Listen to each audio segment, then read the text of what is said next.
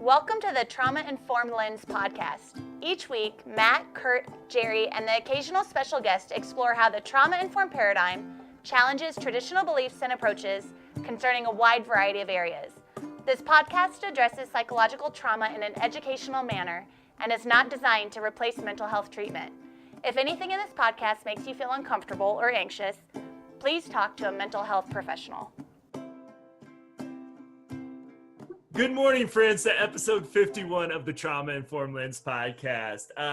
I'm Matt. I'm here with Curt and Jerry, and we have a great special guest today, Olga Vera, Dr. Olga Vera. I should say that. I'm such great friends with our guest today. She's one of my favorite people in the world, and we've been talking about getting her on for months now, and I'm so glad. Basically, our last episode of year one of the podcast, great guest to have on board. So we also have a great topic today as well, which we haven't touched that much on so far in the first year, and that's trauma, post-traumatic growth, and really the role of spirituality. And it's a topic that I think is so important to so many people's healing journey. One of the things that when I talk to people who have been in homelessness, addiction, incarcerated, a lot of really hard struggles in their life, and I ask them, what are some of the things that happen to help turn that around? One of the things I usually hear from a lot of folks is a reconnection to faith or spirit. And it's one of those things that we sometimes have trouble talking about. And so I think this is a really fun and important topic today. So I just want to thank Olga for being on the podcast. Olga and I, you actually on this podcast between Jerry, Olga, and myself had the clinical treatment team at Denver Children's Home at one time. So I get the honor to say I helped hire Olga at one point, and then realized she was like twice as good as I'll ever be. So I figured she'd be good without me. But we have worked together throughout the years on a lot of different projects, and just one of the smartest. You're the person in my life who has the most training and education of anybody I've ever known. And you've been to more trainings than anybody. And what I love about Olga is she brings this all together in a real holistic and integrated way. And so, it's not like she goes off and gets a training and the whole world becomes that training. She does a great job of integrating this and has done a really great job of integrating spirituality and a little of her journey as well. So I can't think of a better expert in person to be joining us on this topic today. So Olga, good morning. Welcome to the podcast. As always, we start out with bright, shiny objects of the week. So I just want to give you a chance to kind of more introduce yourself professionally and just tell us something that you're thinking about this week. Sure. First of all, I want to say thank you, Curt, Matt, and Jerry for inviting me here. And Matt, I'm just like taking in that nourishment, like what you're saying, and it just feels good to just taking it in. It feels really good to hear that from you. And so a little bit about me. Wow, I'm a clinical psychologist, and I've been in the field for, I'm going to age myself, maybe 22 years now. And in different capacities here in Colorado, I've had a lot of leadership roles, really working with a lot of traumatized children and individuals and families, and I also led. I was past president of our state association, the Colorado Psychological Association. Most recently, trying to provide some change in our state in terms of our clinical practices, certainly for our children's. And most recently, I'm in full-time private practice right now, which I'm loving, and I get to do a lot of the work that we're talking about today, bringing in a lot of the clinical practices and then spirituality into the work. So that's me. Wow, this week I've been, I really started to think about ceremonies. That's like my shining object this week, about stepping into another ceremony. And I mean, ceremony, it's more of a looking at spending a little time with Colombian shamans. And so that's like my shiny object this week. I'm really like spending a lot of time thinking about it and wanting to, just take a leap and explore that, that realm. Awesome. And I didn't know whether or not you're going to bring up shamanism. So I was going to let you bring it up. So I'm glad you opened that can of worms, and I am totally jealous of you hanging out with Colombian shaman as well. But I'll kind of follow that up with something very similar. I've been doing, I've been doing Tai Chi for a while, and have done, started to really dive into some other internal martial art development. And as our listeners know, if you've heard any other podcasts, when I say dive into something, it means I totally engross myself in it. I nerd out about it. I don't stop talking about it.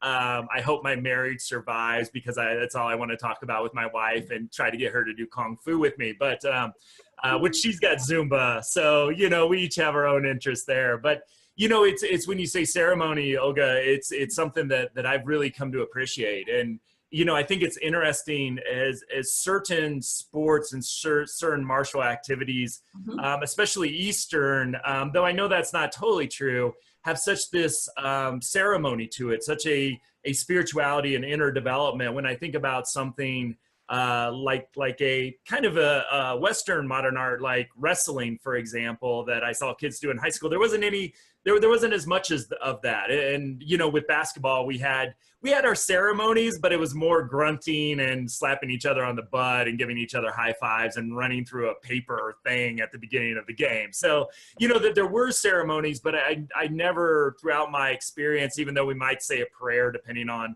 what environment I was in before a game, we never had that ceremony. And so I've really appreciated that, that there is this combination of internal and external sport, exercise, and arts, which I think is really cool. So I'll piggyback on yours. Let's get the behavioralist in here. Curt, you hanging out with Colombian shamans this week? I can't wait. What's your bright, shiny object, my friend? I just recently finished a book, a nice little short read. I'm working a lot on going through a kind of a self-directed relearning leadership kind of skills, and just like getting some new tools in my toolbox. So I read a book called The Coaching Habit, which is a great book, and nice, simple, easy read, and really kind of actionable steps to do.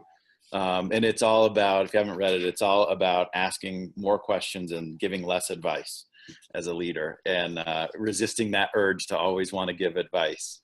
And so I've been having fun with that, and trying it out, and it's been really enjoyable. I've I think started to connect with some of my staff a little bit better by just relaxing and asking more questions, and not being as directive as my urge can be at times. So that's been a really enjoyable thing this past week. Very cool. Jerry, what about you? And just for our audience that views this on YouTube, I promise you Jerry isn't driving his car while he's on the podcast, or at least we hope not. So if the police is out there, just know Jerry's not driving. He's just recording today in his car. That's true. That's true. I'm actually pulled over in a nice little place enjoying the relaxation. I'm across from a mind-body health place, so I found a nice location to pull over. You know, I wanted to kind of maybe this week talk a bit, reflect back on you know, my relationship with Dr. Perry this week. He's done such an incredible job of bringing neurobiology to the world and integrating it in a way that people can understand. And we talk a lot on this show about a lot of things that he's kind of helped me understand and helped a lot of other people understand. So last week we were talking, I went back and read one of his books again, The Boy Raised by a Dog. And, you know, I underline it each time I go back. And now I think I have the whole book underlined to kind of look at that. But really you know, his ability to integrate information that allows all of us to be on the show and talking about spirituality and talking about, you know, homelessness and talking about education is an incredible feat to kind of allow us to create language that one is understand trauma, but also to be able to talk across disciplines about this stuff. So I want to this week just kind of recognize him and the contributions he's made to my life, and I think to all the work we do. Mhm. Yeah, very cool. I was just thinking about him this morning. It's one of the things that I find interesting, and especially Chinese martial arts, is the lineage of masters. And it's like, you know, I learned from Jerry, who learned maybe not from, but with Bruce Perry, and that's a pretty short lineage to some really cool people. So you're my Sufi, Jerry, when it comes to trauma, that's for sure. So a bow to you.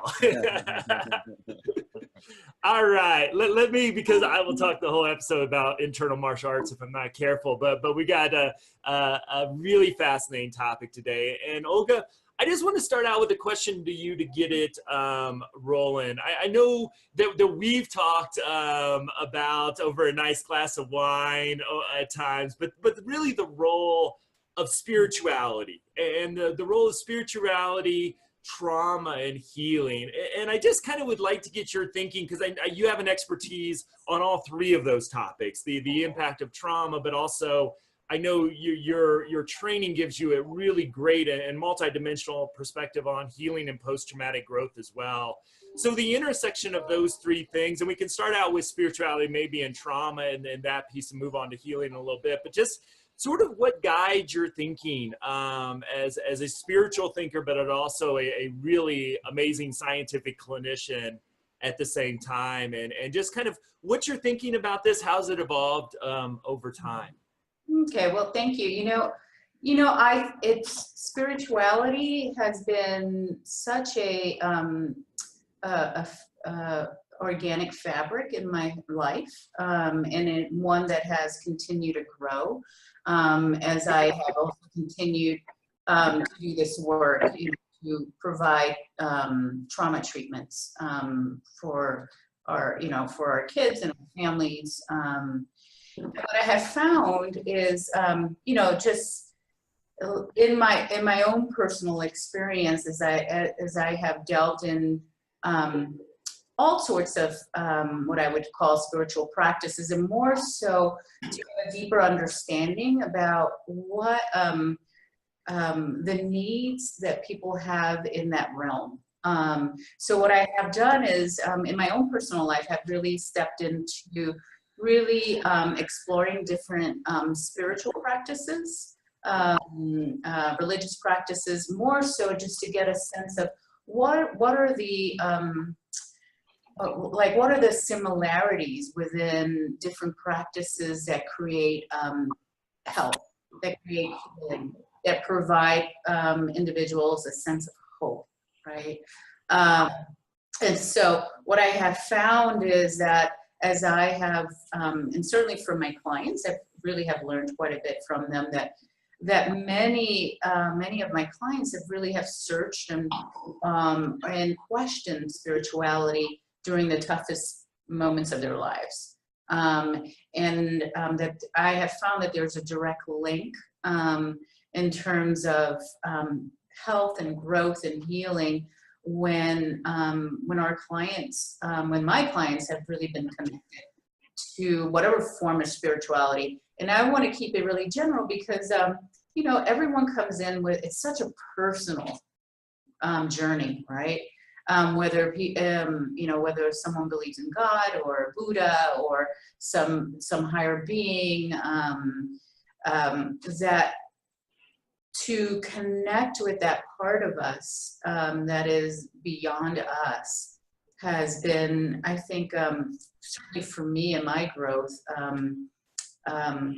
really connected to meaning making, to understanding myself, understanding the world, understanding healing. And so what I would say is that the more and more that I delve into different forms of spirituality, it has given me the tools and the language to be able to speak with others around their own sort of journey and how that connects to their healing. And so, yeah. So I'll just start off with that, and yeah. Yeah, Jerry, I'd love to get, because I know we've had these conversations as well over time. I always liked, when you go into an organization like we worked at together, you find out when you get to know people that they think pretty deeply about spirituality in a lot of ways. And I know we've had, I hate this terminology because we got to find a different way to say this, but sort of the woo-woo conversations, as I think they're commonly referred to, even though I'm getting tired of that word because it kind of puts down, I think, some really powerful stuff. But Jerry, I just kind of, as I know somebody else who's thought a lot about spirituality personally, but also professionally, kind of get your thoughts on this to start us off as well. Well, I think what comes to my mind is that our stress response, our ability to kind of respond to demands in our world is connected to our relational neurobiology, right? Is that we're an integrated system, and that in a way, spirituality is about having a relationship to something greater than yourself, but also a part of yourself. So the way I think about that is that people try to make meaning of their experience, and that that meaning making is usually in the context of relational interactions.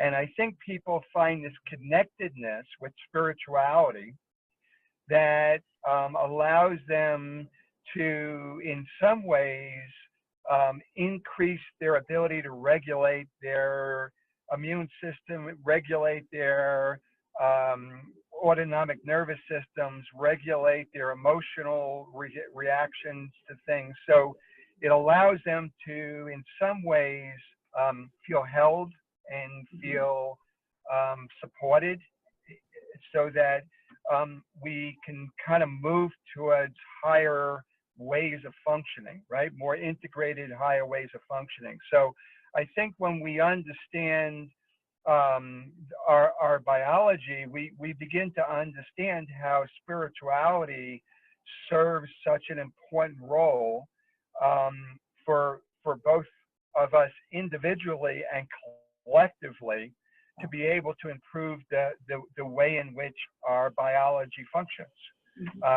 So I think it really does well integrate into a lot of things we talked about today, and that different cultures have different ways of expressing that relationship, but it really, in all cultures, plays such an important part in creating some connectivity between the individual self and the collective whole of others. And when we're connected, we are safer and biologically healthier. Excellent. Curt, I've been dying to ask you this question since I knew we were going to have this episode, but I really wonder from your perspective, because I don't see a lot of times this discussed in the behavioral circles, at least that I've studied. So I wonder, as somebody who's on the ground working with folks to help change behaviors, to help heal, and those kind of things, just sort of what if any, role has spirituality played in your thinking with individuals experiencing trauma, or the work that you do? I think similar to what both Olga and Jerry have talked about, and I've sat down and talked with people who have experienced extremely stressful situations that cross the line into something that we would call traumatizing. That so much of the time there is a drive to believe in something that's going to keep you safe. That becomes an aspect of how our brain actually changes when we go through really stressful events. And so that I think makes that such an important part of recovery, of being able to believe in something that can help to keep you safe. And I think our brain kind of works that way, right? That it's an anticipatory organ, and we're trying to put some language and some context to what's happening in our brainstem, what's happening in our limbic system, what's happening in our body, and being able to put some words and some explanation to that helps us to feel like we can predict what's going to happen next, which feels very safe to a human being. We're kind of designed that way. And that is one of the aspects of us that makes us very, very effective parts of this planet, right? That's why we kind of dominate the whole planet, because we can really anticipate things very, very well. So I think it's a critical part, and you can really have some belief about so many different things. I mean, one of the things that we could even say as a group, right, where we're talking about our belief in neurobiology and that an understanding of neurobiology can help us with recovery. That's a belief about something. And we're going to find out in 10 years that what we believe today wasn't quite right. And it will change it as we go forward, which is one of the great aspects of bringing science to this whole process, in that our brain often creates illusions about things, and in its effort to anticipate things. And applying science to that helps us to test what those illusions are and improve them over time. So I think obviously it plays out a lot in what we do. And I love being able to sit down. Actually, I had a great consult about this yesterday, where there's a young man in a home, and he has some challenges with exploring his gender identity and some sexuality. And his parents are, of course, extremely religious. And so you have a conflict between those two things. So to help the team to really understand how that they as therapists need to understand how these parents think as a part of the context of their intervention, that they can give them an intervention that doesn't match up with how the parents think, and it won't work. Right? It's got to match up with that thinking pattern is a part of the context of intervention, that's kind of from my training as a behavior analyst. It's always looking at context and wondering what's happening in context, and bringing in this idea of that the lens that people use to view symptoms through is a part of the context of intervention, and understanding it is really important to designing your interventions in any given environment. Great. And Olga, I want to throw it back to you with because I think Curt brings up something really important, and I think I've been hanging out with, really this summer, I co-presented with one. I talked to an interfaith conference, and I did a webinar with Trinity Health, so a large Catholic health provider, healthcare network. And so I've been hanging out with chaplains lately, more so than usual. And one of the concepts that I've really grasped onto from those individuals is the concept of spiritual health. We talk about emotional, psychological health, physical health, biological health. And I think what I grabbed from one of the things Curt said was, when we hit a hard time, and trauma is the hardest times, that really, something bad happens to us. So often that prayer that we said, or our call out to God for help, wasn't answered in some ways. And I think this question that's always resonated with me, and I'm sure I read it somewhere, but I heard it so much as a therapist as well, is why did God allow this to happen? Which is a question I think philosophers have dealt with since we started asking deep questions. But I kind of wonder, just from that concept of overall spiritual health, how do you help somebody, or how do you even have that discussion when a lot of times there's not a good answer to that? And so I kind of wonder maybe how you even assess that, approach that in your clinical work, and where do you kind of start with some of those really deep, kind of God, let this happen to me sort of conundrums that people find themselves in spiritually? That's a great question. First of all, what I want to say around, and just to piggyback on Jerry and Curt, we're so wired to love. We're wired to attune. We're wired to be in community. Like our nervous system, our brain wants that and needs that, right? And spirituality, what I'm finding more and more in terms of spiritual health, is that there seems to be, and this is based on a lot of the people that I've talked to, a disconnection. A disconnection to that part of their lives. And when there is a disconnection, I certainly see a lot more distress with individuals who are suffering. And so I talk about it pretty directly with my clients, you know, around like, what is it that you believe in? You know, what religious practices, spiritual practices, whether you believe in God or you believe in the tree, right? Is what I typically assess that from the beginning. And part of it is to allow clients, individuals to feel safe enough to like, we can have this discussion, you know. And many times what I've found is many people are saying, you know, there's not a lot of places that I can talk about this because it feels like it's taboo. And yet it's such a huge part for many people in their recovery.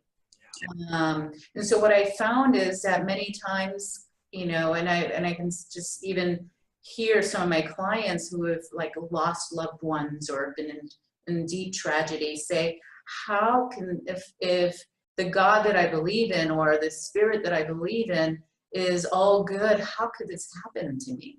And usually, you know, typically when we're having those dialogue, I know that there's, you know, that there's a disconnection and a heartbreak, I think, that happens to many individuals, in a loss and a grief around that connection.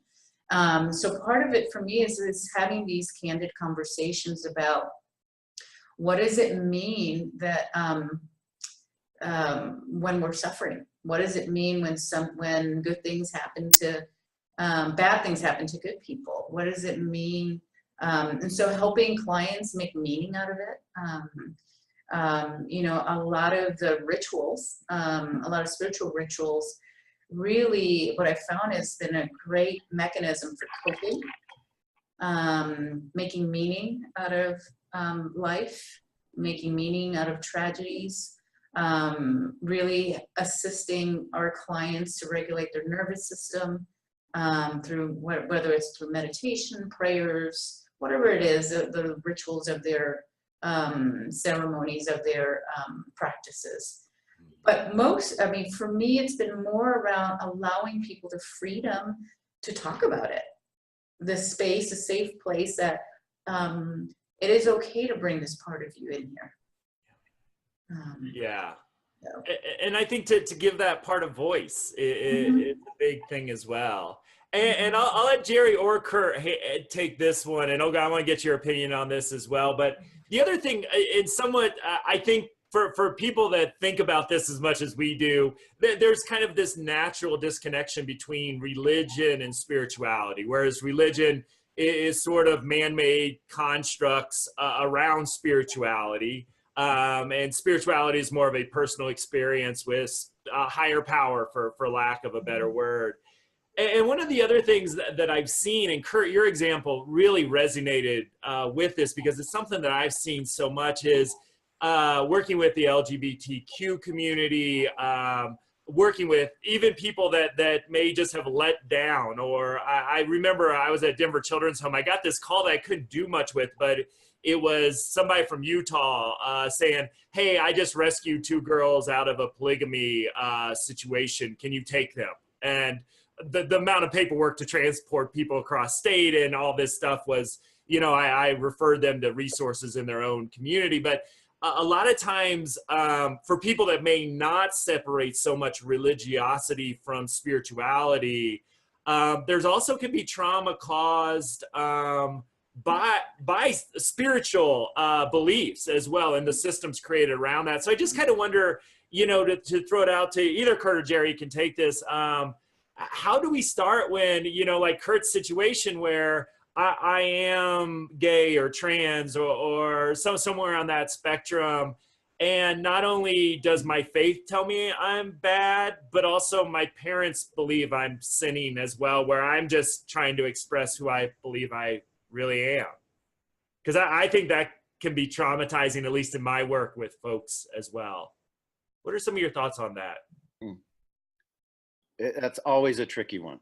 Mhm. That's always a careful one to approach. So probably I would say, if I were giving advice to a young clinician going through that kind of a situation, which you will have, like it will come up. Oh yeah.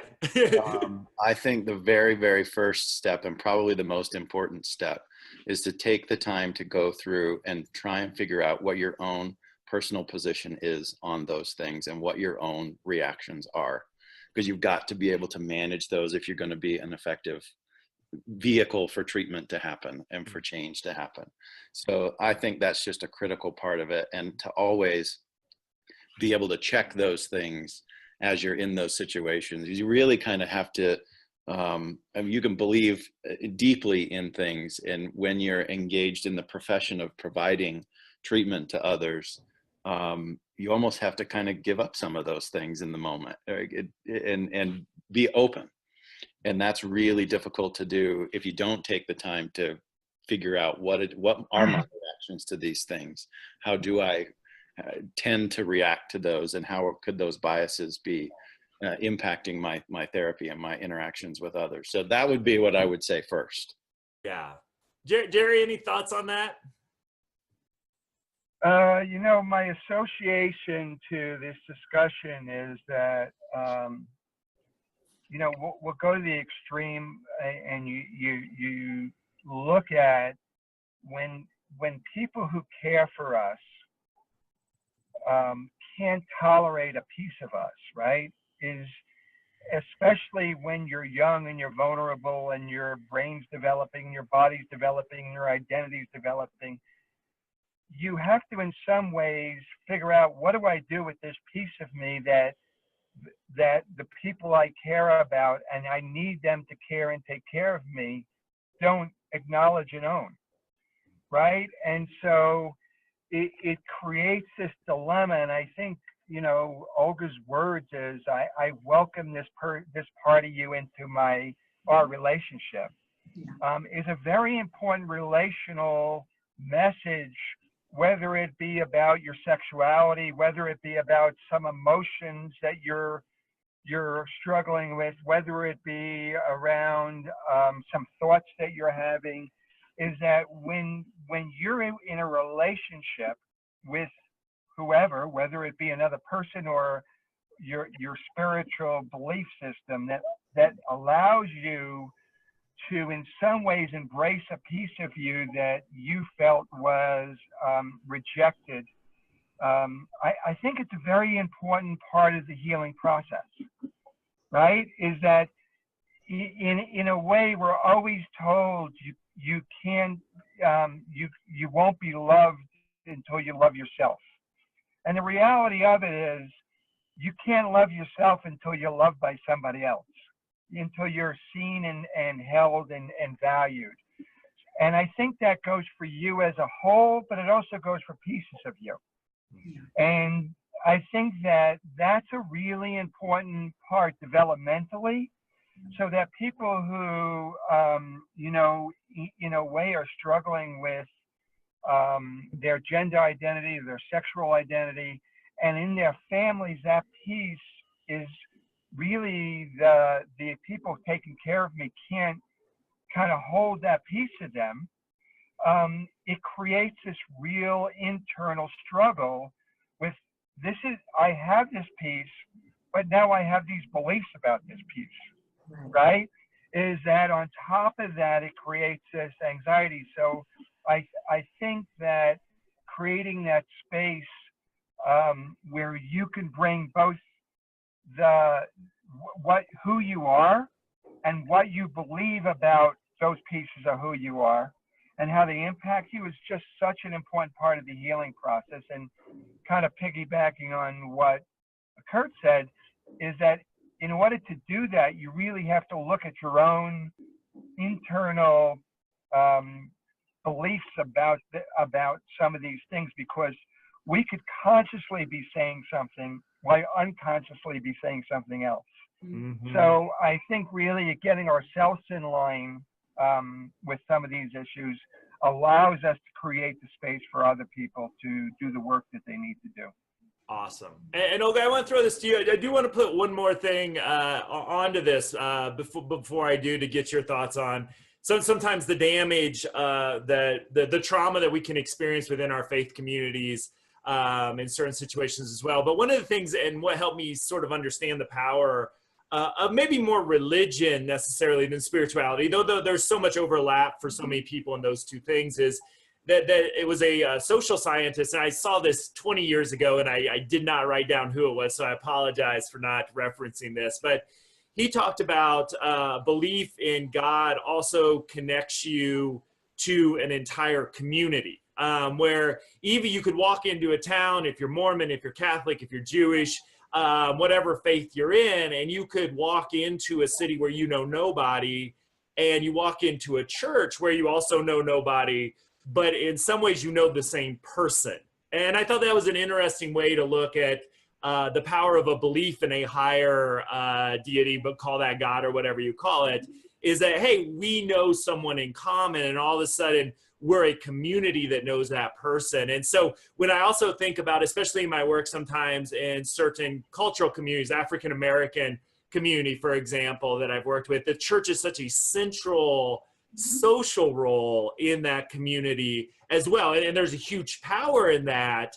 But also there could be, again, if you don't fit into that community, now you've not only lost your community, but you've also maybe been hurt by your spirituality as well. So I just kind of wondered, and I know you come from that Puerto Rican background as well, where we're highly, and I grew up Catholic too. So there's a lot of, I think, experiential parts there. So I just kind of want to get your and maybe how you handle that a little bit as a clinician about people that have really been traumatized by their belief or as part of their religious experience. Yeah, oh gosh, I think what I have found that some of the most traumatic and painful experiences that some of my clients have had is having some traumatic experience with their spiritual community, and to walk that path, right, to be disconnected, because one of the resiliency factors, right, is community for many individuals, even perceived. Like if I know that I have my community, my spiritual religious community or other community, that that even perception that I have that helps me to get through some tough times, right? But one of the biggest struggles that I have walked with clients is when my spiritual community has betrayed me, right? And part of the healing that I have found, which is, it's a journey, like how can, like it's really being a witness and being there with individuals who have felt quite betrayed by their spiritual communities. And what does that mean, right? What does that mean when the community that you believed in has traumatized you in some way, right? And so I think part of the healing around that is witnessing, is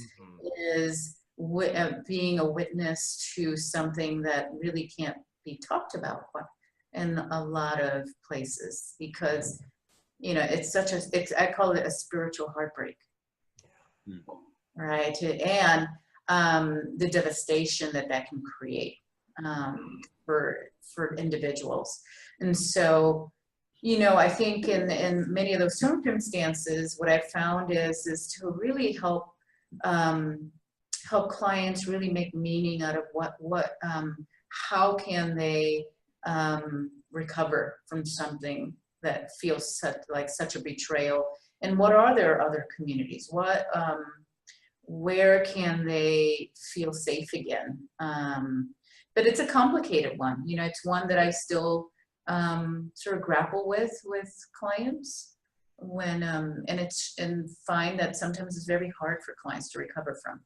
Yeah, and I just, Curt, I'd love to get you, because I know you kind of grew up in a unique faith experience, or a unique situation, at least at a larger level in Utah as well. And one of the things that I've seen, and I went through this a little bit myself, is so many people, I think, and I'd say, a lot of people from every realm that I see have this post-traumatic stress reaction to religion. And I think, growing up Catholic, and there's a lot about the Catholic faith, and I think when we talk about this subject so close to what came out in Pennsylvania, I can't get into that because my rage becomes, too strong. But, we see it at that extreme. But there's also like this stress reaction that people have if they've had those religious experiences. And I think sometimes that gets, in the expat kind of Catholic community, we call it a recovering Catholic.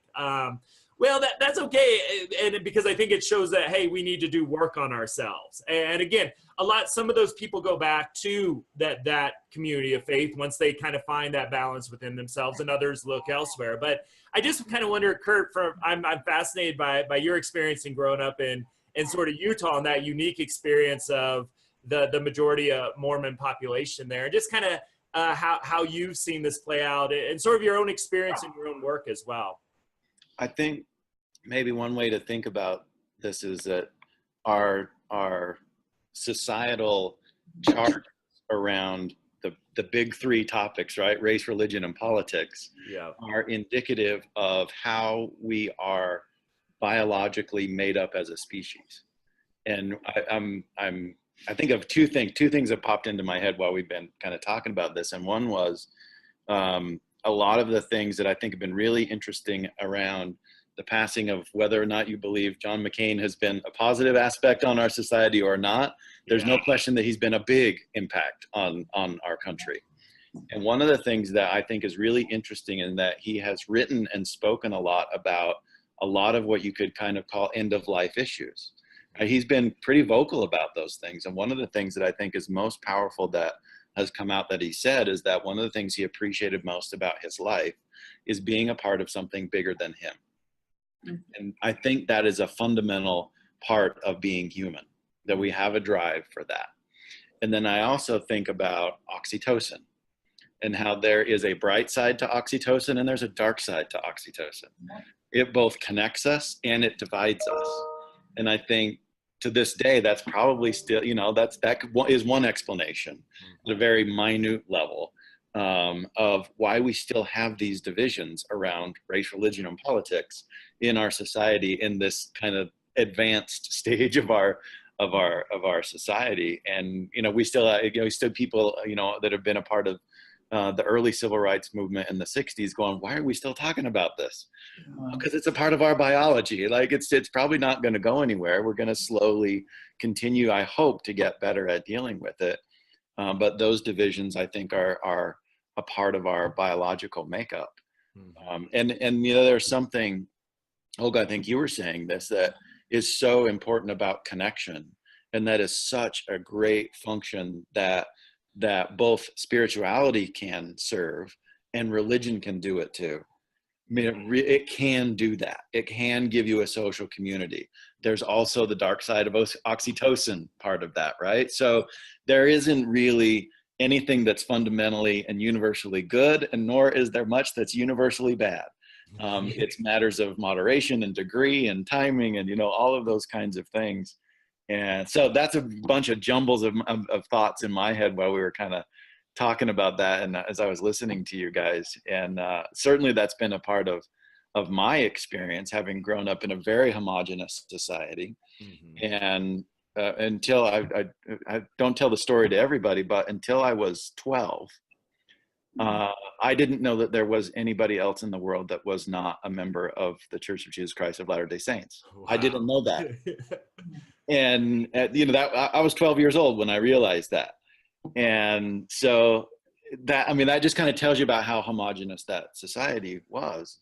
And now it's very different. And I have both very tender feelings about that religion. And I also have a side of me that's kind of like, I don't want any part of that. And so there's both of those sides that exist, within me as an individual as well. Yeah.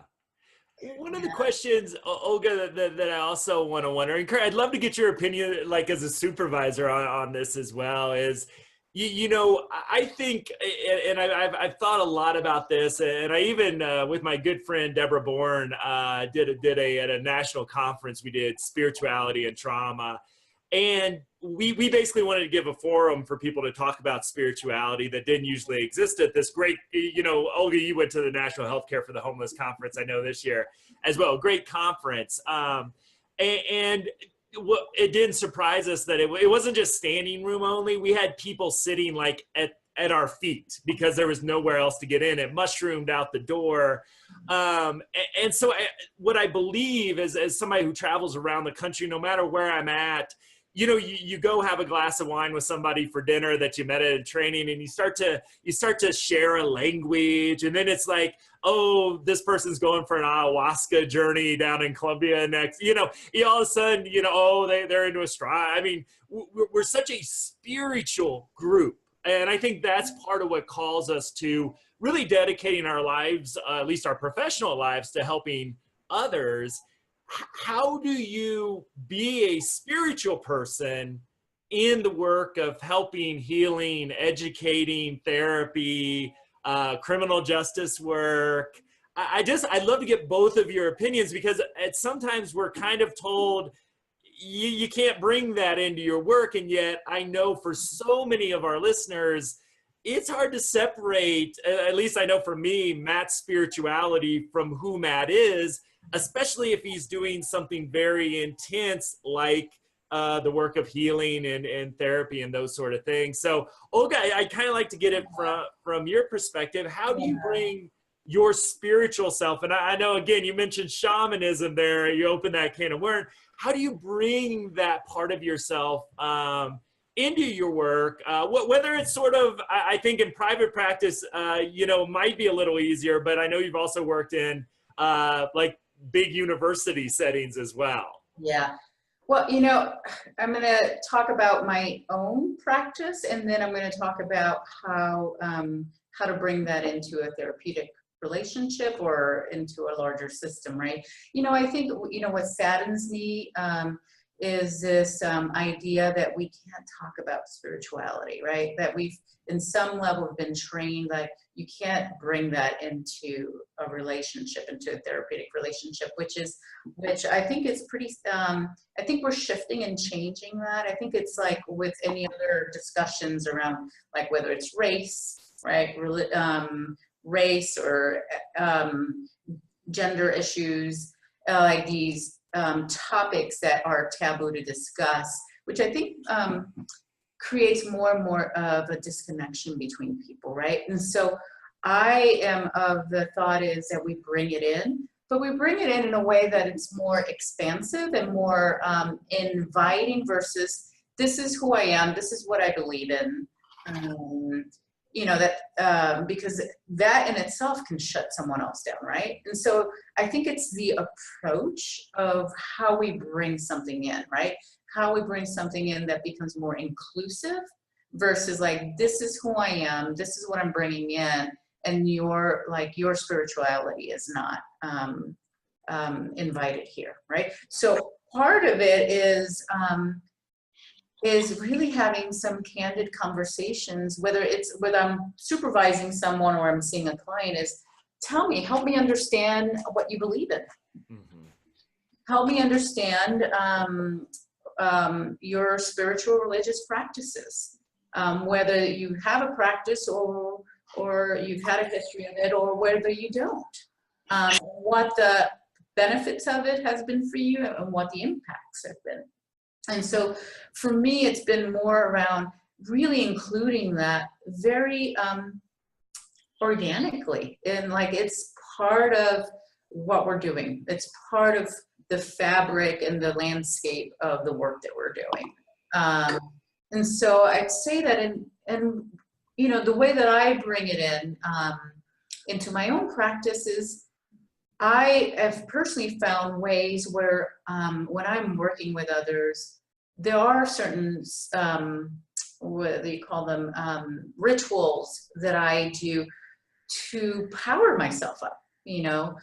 Those are based on a lot of the practices that I grew up with, right? Coming from Puerto Rican culture, I had great grandmothers who were medicine women. So I bring some of that, not necessarily put that out there to my clients, but I certainly use it as a way of grounding myself and allowing myself to be prepared to be doing the work and that I need to be doing with my clients, right? So I use it as a skill for myself as a clinician to ground, to be what I sometimes call a hollow bone, to really allow myself to be there with another human being in front of me.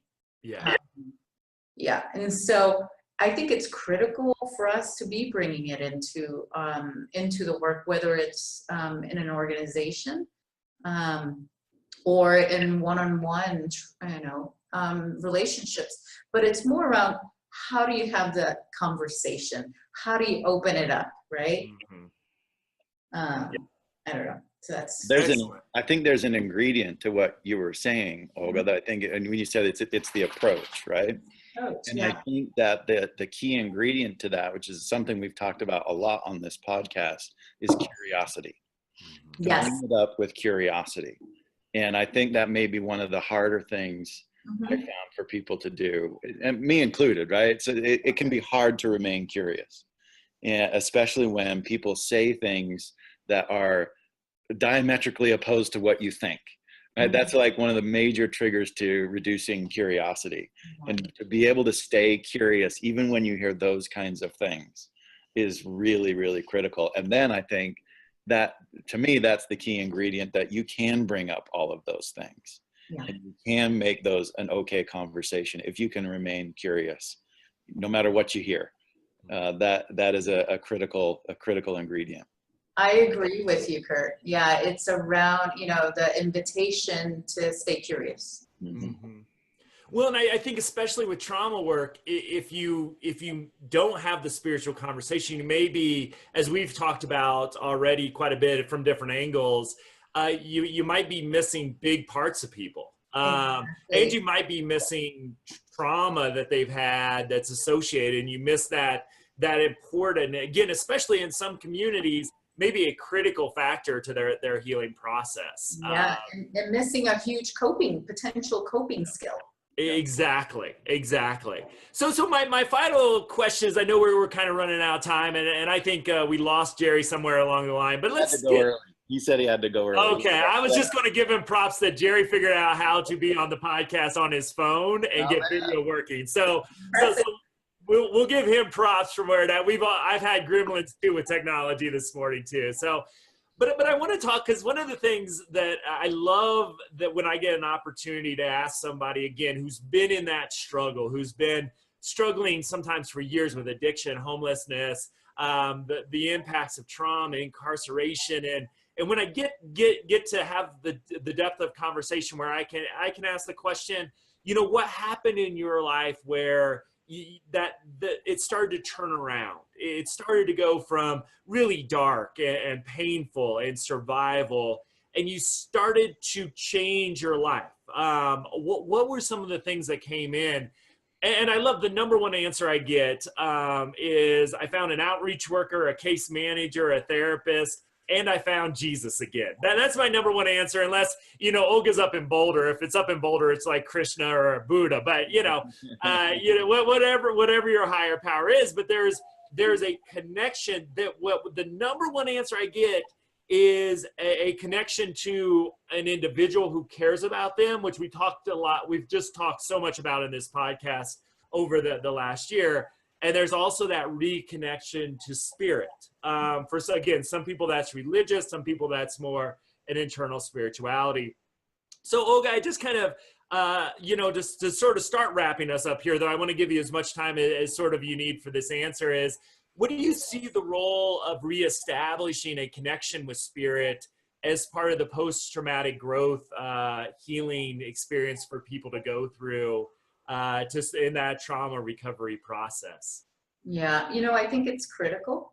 I think it's part of the landscape of the recovery, to really, especially if someone has been disconnected from their from what they believe in, and we're going to call it spirituality here. And And so, you know, I think, like I said in the beginning, is we're wired to want to believe in something bigger than we are. We're wired to love, and we're wired to attune. We need that neurobiologically, right? We need that to survive. And we need something that we believe that's bigger than we are, right? To be able to make meaning out of life, to be able to make meaning out of the trauma that has occurred, to make meaning out of how do I walk this path and move on, right? And I think that part of that is reconnecting to something that's bigger, that gives us hope, that provides a light at the end of the tunnel. I think we just yearn for that, and it is a huge part of our recovery. And it's critical. It's you know, there are many times that in my sessions where I bring up this piece, like around spirituality. What do you believe in? Where are you? And people just look at me and say, I can talk about that. I'm like, yeah, we can talk about this. Right? And to help someone walk that path or reconnect to that path again is such, it's so healing. It's healing to our nervous system, to our, if we believe in soul. Yeah.